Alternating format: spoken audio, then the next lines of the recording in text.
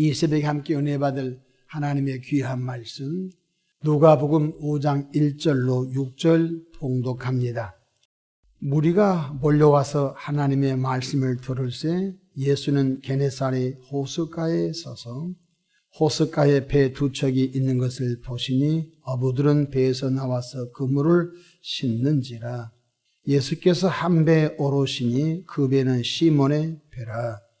육지에서 조금 떼기를 청하시고 앉으사 배에서 무리를 가르치시더니 말씀을 마치시고 시몬에게 이르시되 깊은 데로 가서 그물을 내려 고기를 잡으라. 시몬이 대답하여 이르되 선생님, 우리들이 밤이 새도록 수고하였으되 잡은 것이 없지만은 말씀에 의지하여 내가 그물을 내리리다 하고 그렇게 하니 고기를 잡은 것이 심히 많아 그물이 찢어지는지라. 아멘. 할렐루야. 오늘도 참으로 좋은 날입니다. 우리 모두 성령 충만하여 각자 삶의 장소에서 대승리를 이루시기를 주의 이름으로 축원합니다.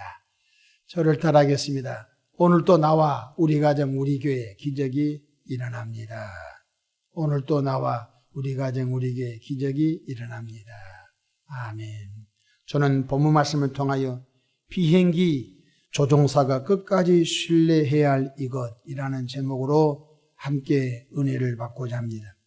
하늘을 나는 비행기 조종사는 어떻게 저 높은 하늘을 비행하여 목적지에 비행기를 도착하게 할까요?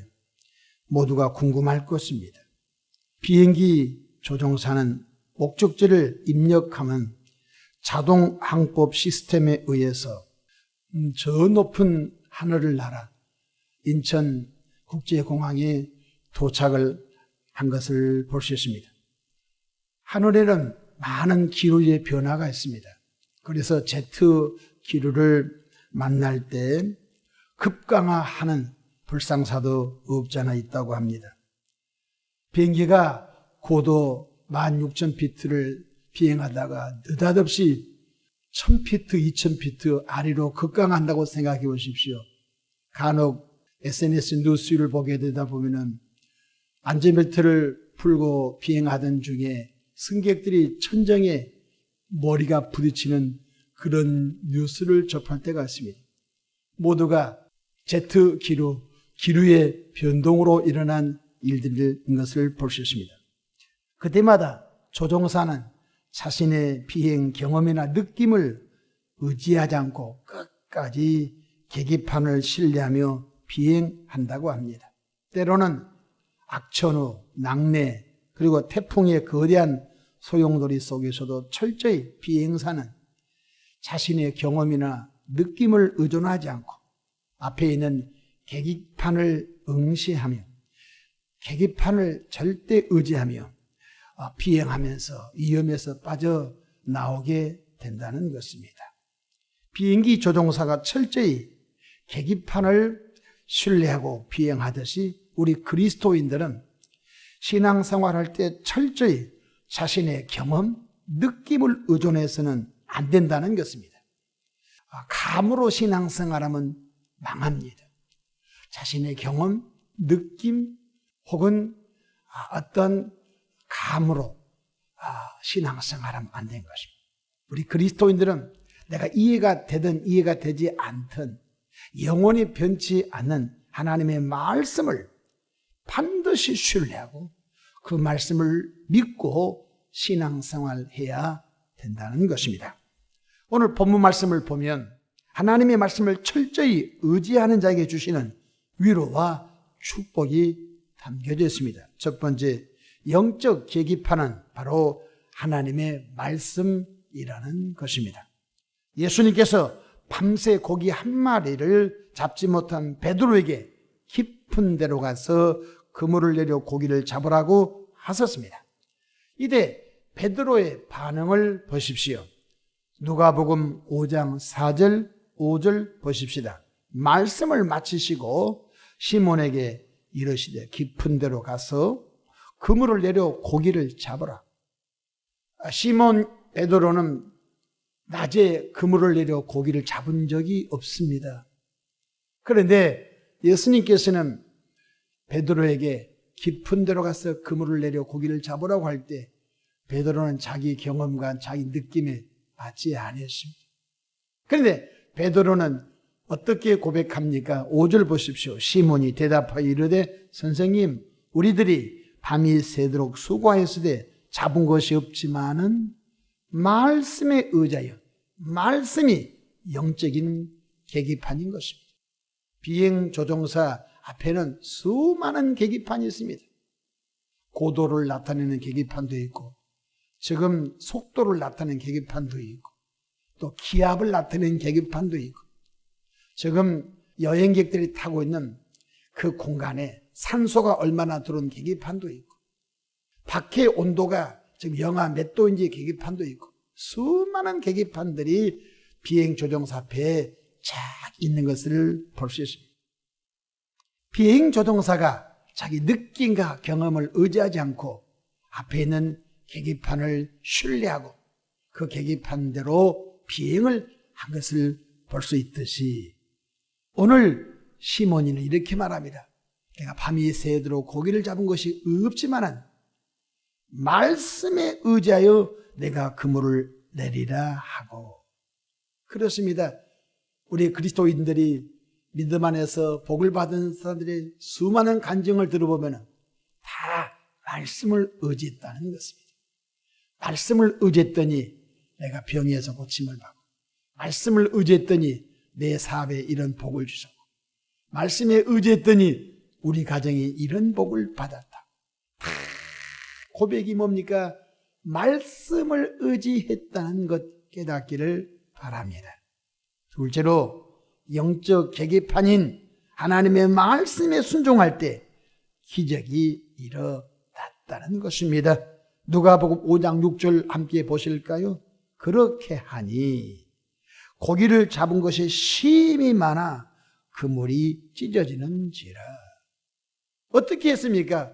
자기 이성과 자기 경험과 자기 느낌에 맞지 않지만 예수님의 말씀에 어찌하여 그물을 내렸더니 상상할 수 없는 고기를 잡았는데 그 다음 줄 보니까 옆에 있는 빈 배가 있는데 그 친구들도 친구들아 너희들도 밤새 그 고기 못 잡았지. 난 너무 고기 많아. 고기 빨리 가져가. 그래서 두 배가 가득 잠길 정도로 많은 고기를 실었다는 것입니다. 이것이 바로 선한 영향력을 끼치는 크리스찬인 것입니다. 내가 복을 받아 나 혼자 잘 먹고 잘 사는 것이 아닙니다. 하나님께로부터 말씀에 순종했더니 복을 받아 다른 분들에게도 복을 나눠줄 수 있는 축복의 통로, 선한 영향력을 끼치는 은혜의 통로 일꾼들 되기를 축복합니다. 주님이 이렇게 말씀하셨습니다. 남에게 구워줄지라도 구임받지 말라. 주님이 말씀하셨죠. 그렇습니다. 오늘 이 새벽에도 하나님의 말씀을 절대 믿고 순종할 때 절대 하나님께서 은혜를 베풀어 줄 줄로 믿습니다. 제가 절대란 말을 2번 썼습니다. 하나님의 말씀 옵션이 아닙니다. 선택이 아닙니다. 이것을 저것을 아닌 것입니다. 하나님의 말씀은 영원히 변치 않습니다. 세상의 법은 바꿀 수 있습니다. 세상의 유행도 트렌드도 다 바꿔집니다. 있지 않습니까? 근데 하나님의 말씀은 바꿔지지 않습니다. 첫 번째로 주일을 거룩히 지키라고 말씀하셨으니 주일은 내 날이 아닙니다. 주일은 복되고 거룩한 날로 하나님이 정하신 날인 줄로 믿으시기를 바랍니다. 여러분 기독교 신앙이 약화될 때 특징이 뭔지 아십니까? 그 말씀을 자기식으로 해석할 때 기독교가 약화된 것을 볼 수 있습니다. 기독교 2000년 역사 가운데 기독교 신앙이 불이 붙고 강력한 부흥운동이 날 때는 특징이 있습니다. 말씀으로 돌아오는 것입니다. 여호와께로 돌아오는 것입니다. 말씀을 자기식으로 해석하지 않습니다. 오늘 우리 시대의 교회의 큰 지금 위험 요소가 뭔지 아십니까? 모든 목회자가 말씀을 자기식대로 해석을 해버린 것입니다. 그래서 교인들에게 주일날 그냥 여러 가지 방법을 통하여 교회 밖으로 끌고 나가버린 것입니다. 주일은 거룩한 날입니다. 주일은 주님께 예배하고 복받는 날인 줄로 믿으시길 바랍니다. 저는 근본주의자, 원리주의자는 아닙니다. 그러나 하나님의 말씀이라면 그 말씀의 근본을 가지고 그 말씀이 우리의 신앙의 철저한 캐논 잣대기 때문에 그 말씀으로 가야 하나님의 은혜를 경험하게 될 줄로 믿으시기를 바랍니다. 성경 전도서 12장 13절에 이런 말씀이 있습니다. 일의 결국을 다 들었으니 하나님을 경외하고 그의 명령들을 지킬지어다. 이것이 모든 사람의 본분이니라. 전도서를 쓴 사람 누굽니까? 부인 1000명을 두었던 솔로몬입니다. 솔로몬은 남들이 갖지 못한 부귀, 영화, 권세, 남들이 갖고 싶은 모든 것들을 가져봤던 왕입니다. 근데 솔로몬이 마지막 결론이 뭡니까? 1장에 해 아래 새 것이 없는데 모든 것이 헛되고 헛되니 모든 것이 헛되도다. 그렇게 인생을 가져보니까 별거 아니더라. 그러면서 마지막 결론이 뭡니까? 전도서 12장 13절에 하나님을 경외하고 그의 명령들을 지킬지어다. 이것이 모든 사람의 본분이니라. 둘째로 남자와 여자가 결혼하여 한 몸을 이루라는 하나님의 명령에 순종해야 할 줄로 믿습니다. 오늘 우리 시대의 가장 고통스러운 현상이 뭡니까? 동성연애인 것입니다. 그래서 지금 이미 선진국의 어느 나라라고 이름을 대지 않아도 거의 모든 나라가 지금 동성연애가 합법화되어 있습니다. 또 성을 바꾸는 것도 합법화된 나라가 많습니다. 이전에는 성전환 수술을 통해서 남성이 여성이 됐는데 요즘은 남성 성전환 수술 안 하고도 법원에 가서 내가 남자인데 여자가 되고 싶습니다 하면 성을 바꿔준 것입니다. 여러분, 이 세상이 타락할 때 그 척도가 있습니다. 술을 많이 마신다. 또 이게 마약을 많이 한다. 혹은 도박을 한다. 이것이 그 사회의 척도인 것입니다. 타락한 척도인 것입니다. 근데 술을 많이 마신다. 음란한 사창가가 많다. 이런 것들은 그 축에도 들어가지 않습니다. 여러분, 성경에 소돔과 고모라가 하나님께서 불로 심판해 버렸는데 소돔과 고모라의 백성들이 당연히 술도 먹고 당연히 음란하고 타락했죠. 근데 가장 극치가 뭐냐면 동성연애인 것입니다. 타락의 가장 극치가 동성연애인 것입니다. 롯의 가정에 천사가 들어갑니다. 근데 그 천사가 남자로 나타났습니다. 그러니까 소돔 사람들이 롯의 가정을 찾아와가지고 방금 너네 집에 들어간 그 남자 내놔란 것입니다.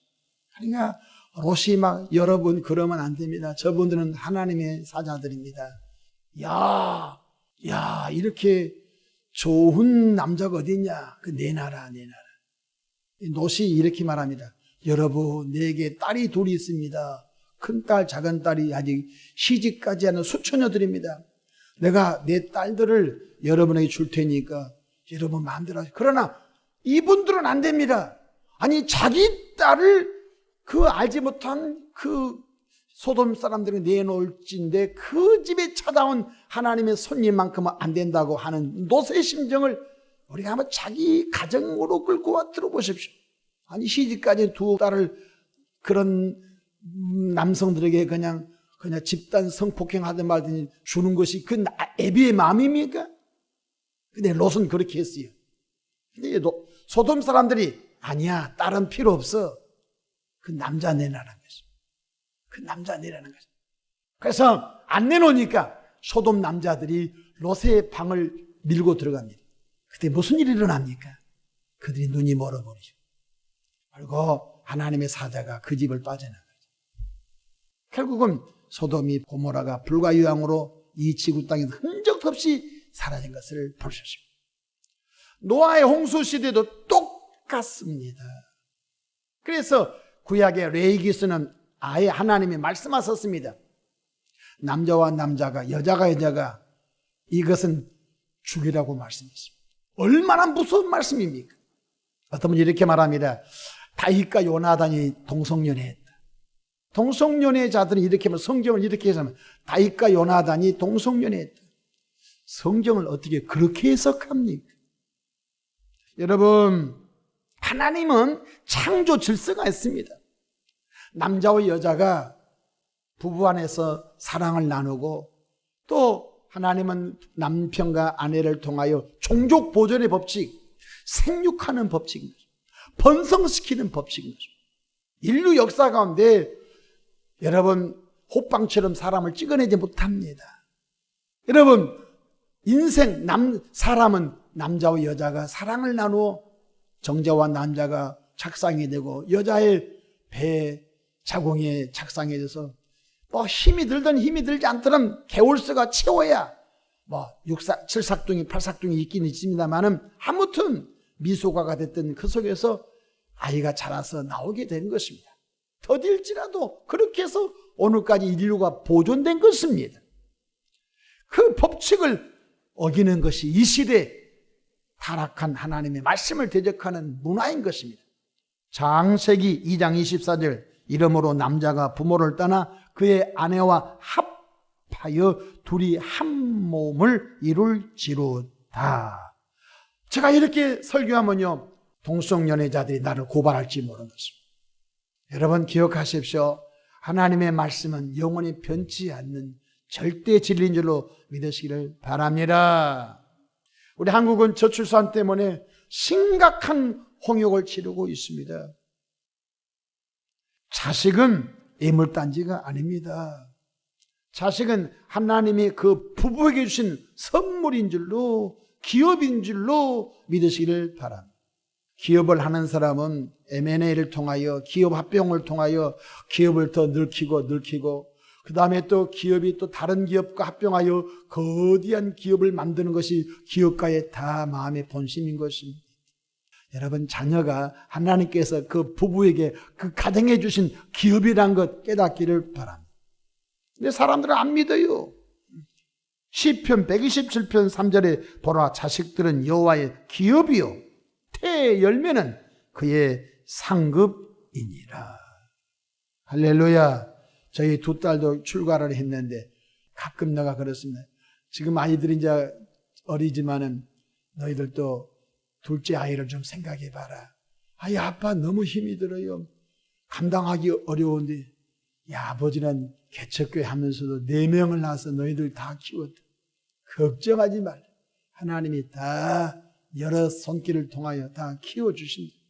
누군가 곁에서 용기를 줘야 되는 것입니다. 아니야. 너희들이 키운 것이 아니야. 하나님 여러 사람을 동원하여 그 사람을 하나님 사람으로 키워낸다. 격려해 준 것입니다. 자식은 선물입니다. 국가가 아무리 저출산을 극복하려고 수많은 방법을 씁니다. 전기세도 깎아주고 전화세도 깎아주고 도시가스도 깎아주고 세금도 깎아주고 주차비도 깎아주고 주차비 깎아준다고 얘기 납니까? 그런 유인책으로 되지 않아요. 근본적으로 자식이 축복이고 선물이라고 국가가 지금 하나님 말씀을 홍보해 줘야 돼요. 인식이 개선이 돼야 돼요. 가치관이 변화가 돼요. 얘기 나면 한 달에 100만 원 준다. 아파트 준다. 조금 영향이 있을지라도 안 되는 거예요. 왜? 한번 사람이 세뇌되면요 그 가치관이 인식이 바꿔지기는 안 되는 거예요. 옛날 우리 어르신들이 아파트 줘서 애기 9명 10명 낳았으니까 옛날 우리 어르신들이 돈 줘서 그 어려운 정말 찢어지게 가난한 그 시대에 8명 9명 10명 애기 낳습니까? 아니지 않습니까? 우리가 하나님의 말씀으로 돌아가야 됩니다. 하나님의 말씀 영적인 계기판입니다. 할렐루야. 경건함이 하나님의 뜻입니다. 데살로니가 전서 4장 3절 하나님의 뜻은 이것이니 너희의 거룩함이라 곧 음란을 버리고. 하나님은 우리에게 경건된 삶을 살도록 계속 깨우쳐 이끌어가고 계신 것입니다. 또한 술 취하고 방탕하지 말라고 하셨습니다. 에베소서 5장 18절에 술 취하지 말라 이는 방탕한 것이니 오직 성령으로 충만함을 받으라 말씀하셨습니다. 뿐만 아니라 10의 1조는 하나님의 것이니 믿음으로 하나님께 드려 나의 믿음이 표현되어지고 하나님의 기쁨의 사역에 쓰여져야 할 줄로 믿습니다. 그렇습니다. 우리는 이 세대를 본받지 말아야 됩니다. 영원히 변치 않은 영적인 계기판 하나님의 말씀을 믿고 신뢰하며 묵상하며 순종해 나가기를 바랍니다. 로마서 12장 2절에 이런 말씀이 있습니다. 너희는 이 세대를 본받지 말고 오직 마음을 새롭게 함으로 변화를 받아 하나님의 선하시고 기뻐하시고 온전하신 뜻이 무엇인지를 분별하라고 말씀해 주셨습니다. 영적 계기판, 그것은 하나님의 말씀입니다. 시대가 뒤떨어지고 조금 고리타분한 것 같아도 저 사람 너무 하나님의 말씀을 믿는 사람이야, 그래서 재미없는 사람이야, 융통성이 없는 사람이야 라고 할지라도 하나님의 말씀이 영적인 계기판이니 그리스도인들은 그 말씀을 신뢰하고 그 말씀을 순종해 나아가야 할 줄로 믿으시기 바랍니다. 그래서 생명의 길은 좁은 길이에요. 좁은 길이다 이 말은 여러 가지 함의가 있겠지만은 좁은 길이다 이 말은 하나님의 말씀을 지키며 가는 자의 길이 좁은 길인 줄로 믿으시기를 바랍니다. 이것도 하고 저것도 하고 다 누리면서 사는 것이 기독교 신앙생활이 아니에요. 기독교 신앙생활은 버리고 내려놓고 좁은 길이에요. 좁은 길인 것은 하나님의 말씀을 외롭지만 그 말씀을 믿고 지키며 따라가는 자인 거 믿으시기를 바랍니다. 누구든지 나를 따라오려거든 자기 십자가를 지고 나를 쫓을 것이라고 하셨으니 이 하루도 하나님의 말씀을 영적인 계기판으로 삼고 그 말씀을 의존하며 나아가는 복된 하루 되기를 축원합니다. 기도하겠습니다. 좋으신 하나님 우리 아버지, 비행기 조종사가 경험과 느낌을 의존하지 않고 비행기 조종사 앞에는 계기판을 신뢰하고 믿고 조종하듯이 우리들도 하나님의 말씀을 절대 영적인 계기판으로 믿고 그 말씀을 의존하며 그 말씀을 순종하며 인생을 살아가도록 도와주시옵소서. 예수님의 이름으로 축복하며 기도합니다. 아멘.